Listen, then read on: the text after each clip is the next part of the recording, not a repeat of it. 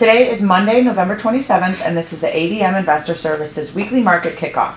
Today's guests are Alan Bush, Senior Financial Economist here at ADMIS, and Michael Nemec, Grain and Oilseeds Analyst.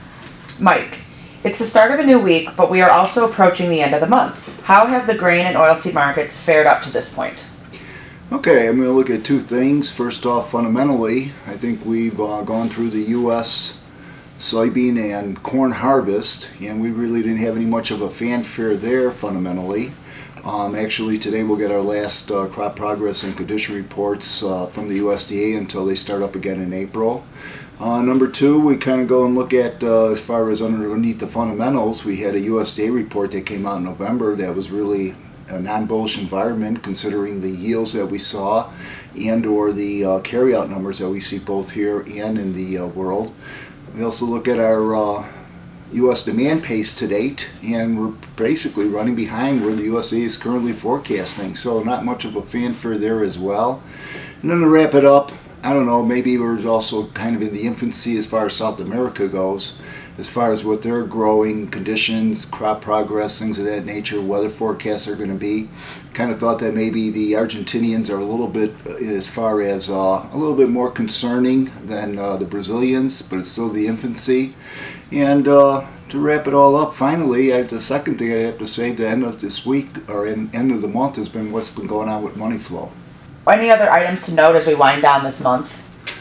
Well, let me backtrack here. How's that money flow been going? Has been more or less the fact that we're going to commitment treasury report that's going to come out later on this afternoon. And I just walked in here and I noticed where the beans and the meal were up and the soybean oil was a little bit off. But the whole premise that has been going on, two things. We're going to get a commitment treasury report that's going to come on out later this afternoon. It's going to show where the spec managed money wants to be net long the oilseeds and short the grains. And then also we have these seasonals that are going to last all the way till the beginning of the year, almost into the beginning of the first of the year, that wants to be long oilseeds and short the grains. And here we go, starting out this morning. Beans, meal up, oil kind of unchanged, and the grains on the defensive. Alan, on Friday, Federal Chair Janet Yellen said that there has been some hint that inflation expectations may be drifting down and there could be risk to moving accommodation too quickly. Is the Fed Open Market Committee still on track to hike its Fed funds rate next month? Oh, yes, they are, and it still appears that at their December 13th meeting that they will raise by 25 basis points. And I'm totally on board with that prediction. I also believe that there will be 2 more rate increases in 2018, but that appears to be less than what many analysts are thinking. Some analysts are calling for 3 or 4 rate hikes.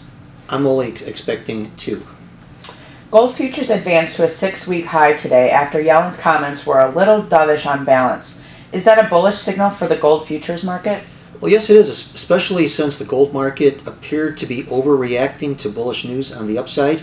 In fact, today the gold market moved up to a 6-week high. So I believe that the next big move in the gold market will be to the upside, and I would recommend buying breaks in the gold futures market. Why did stock index futures advance to new historical highs on Friday, and also in spite of news that orders for durable goods fell 1.2% from the previous month, when a 0.2% increase was expected? Well, first of all, any time a market can advance in spite of bearish news, that has to be viewed as a sign of strength. Also, we have the interest rates still very low here in the U.S. in spite of the 4 rate hikes from the Fed and another one likely in December. Also, interest rates overseas remain relatively low. In fact, even in Europe, rates, at least at the short end of the curve, are still negative. So rates are low enough to sustain this bull market. Any breaks should be used as a buying opportunity, and I believe that this bull market will continue to advance at least through the balance of this year. Please remember that the opinions expressed here today are solely the opinions of our guests and are not necessarily the opinions of ADM Investor Services or Archer Daniels Midland Company. If you have any questions or comments or would like to know more about our services, please contact us at www.admis.com.